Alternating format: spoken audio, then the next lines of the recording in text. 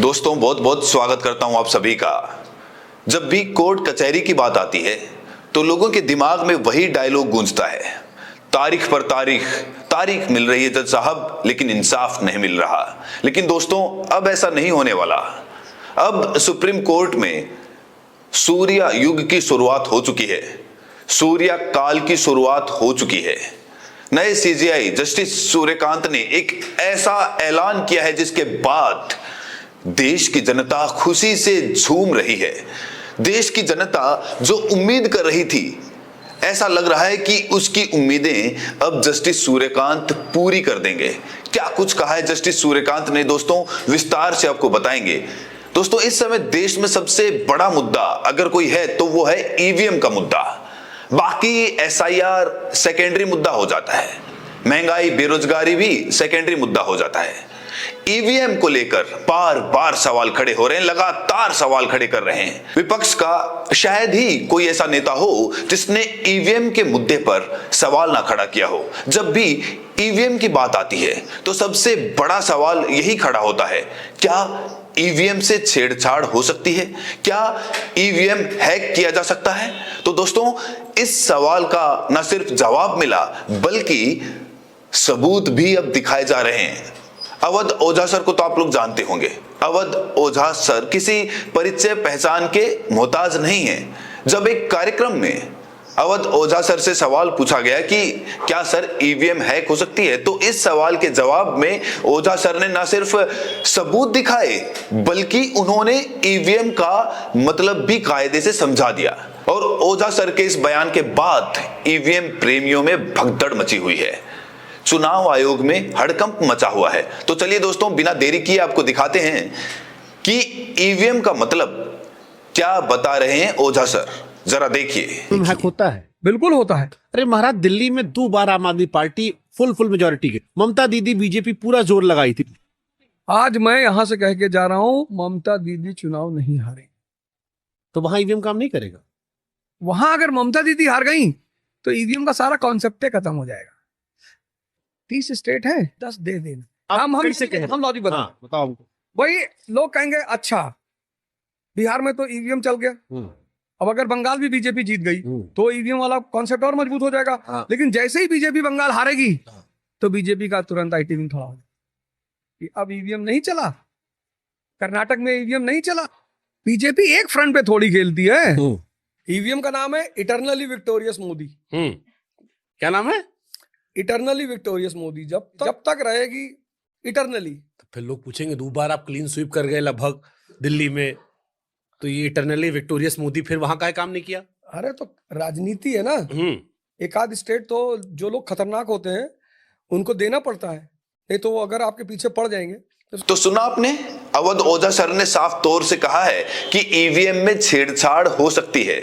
दोस्तों अवध ओझा सर की बात में वजन है।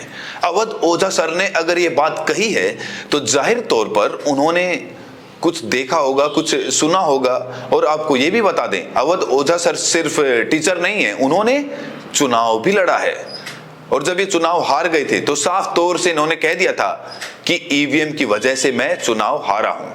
तो इन्होंने ईवीएम का मतलब बताया है इटरनली विक्टोरियस मोदी, मतलब जब तक ये है मोदी जी हारने वाले नहीं हैं।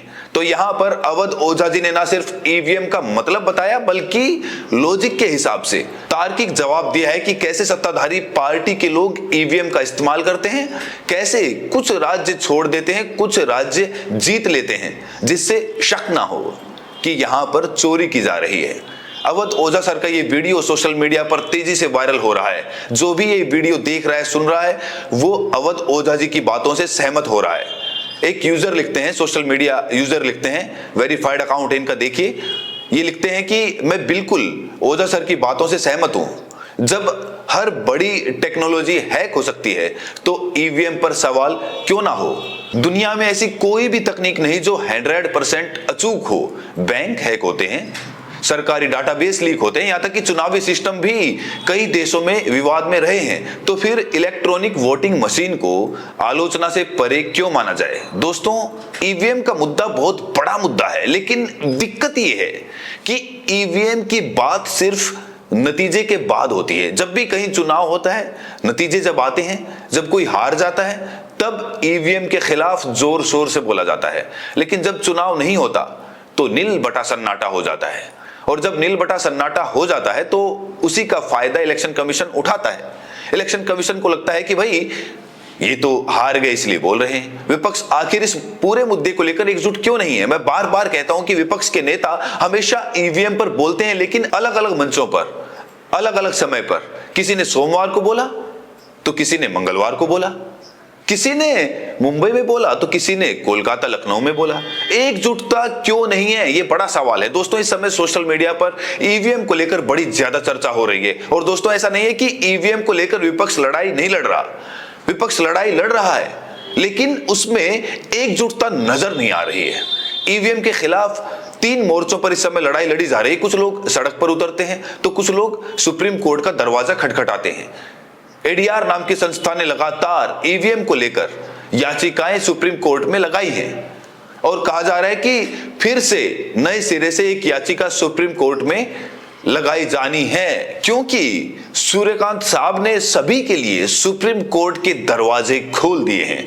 दोस्तों, सीजेआई सूर्यकांत ने एक ऐसा ऐलान किया है जिसके बाद लोग खुशी से फूले नहीं समा रहे। इनका एक ताजा बयान अभी अभी सामने आया जिसमें वो कह रहे हैं कि मैं गरीब के लिए हूं, आधी रात तक कोर्ट में बैठ सकता हूं। दोस्तों, इनके बयान के कई मायने मतलब निकाले जा रहे हैं। जहां कई लोग उनके इस बयान से खुश हैं तो कई लोग उनके इस बयान की आलोचना भी कर रहे हैं। लेकिन अच्छी बात यह है कि सीजेआई साहब ने इतनी बड़ी बात तो कही, कम से कम उन्होंने ये कहा तो उनके इस बयान का स्वागत करना चाहिए। साथ ही साथ उन्होंने तारीख पर तारीख वाले सिस्टम पर करारा चोट कर दी है। दोस्तों, इस हेडलाइन को देखिए, अब तारीख पर तारीख नहीं चलेगी। सीजेआई सूर्यकांत ने सुप्रीम कोर्ट में किए बड़े बदलाव, मामलों में अब तुरंत सुनवाई होगी। तो सुप्रीम कोर्ट ने 1 दिसंबर 2025 से बड़े बदलाव किए जा रहे हैं। सीजेआई सूर्यकांत ने मौखिक मेंशनिंग और अर्जेंट लिस्टिंग की प्रक्रिया को सुव्यवस्थित किया है। व्यक्तिगत स्वतंत्रता और तत्काल राहत वाले मामले को प्राथमिकता मिलेगी। अब वरिष्ठ वकील मेंशनिंग नहीं करेंगे, जिससे अनावश्यक अर्जेंट मामलों में कमी आएगी। तारीख पर तारीख की प्रथा खत्म होगी। तो ये जो तारीख पर तारीख वाला सिस्टम है, ये दोस्तों न्याय में बाधा का काम करता है। और आज से नहीं, जब से न्यायिक व्यवस्था की हमारे देश में शुरुआत हुई है, तब से आपको जानकर हैरानी होगी कि सुप्रीम कोर्ट में 90 से 95 हजार केसेस पेंडिंग हैं। सोचिए दोस्तों, और हमारे देश में न्याय कितनी देरी से मिलता है ये भी आप लोग जानते हैं। और जहां तक ईवीएम की बात है तो ईवीएम के कई मामले इस समय सुप्रीम कोर्ट में लंबित हैं, मेंशनिंग नहीं किए गए हैं, उन्हें अभी लिस्ट नहीं किया गया है। लेकिन नए सीजेआई के इस तेवर से ऐसा लग रहा है कि वो अब हर जरूरी मुद्दों पर तत्काल सुनवाई करेंगे। वो साफ तौर से कह रहे हैं कि मैं सबसे गरीब पक्षकार के लिए हूं, मैं यहां सबसे गरीब पक्षकार के लिए हूं, आधी रात तक यहां पर हूं। दोस्तों, ऐसा ऐलान इससे पहले किसी भी सीजेआई ने नहीं किया था कि मैं गरीबों के लिए हूं, और सुप्रीम कोर्ट में कोई अर्जेंट केस आ जाए, गरीबों का आ जाए या कोई जरूरी केस आ जाए, तो आधी रात तक भी सुप्रीम कोर्ट चल सकता है। इसके अलावा सीजेआई सूर्यकांत ने एक बड़ा ऐलान करते हुए साफ तौर से कह दिया है कि सुप्रीम कोर्ट में अब नियमित प्रगति रिपोर्ट जारी की जाएगी। अनिश्चितता खत्म करने के लिए सीजेआई सूर्यकांत ने एक नई पहल की है।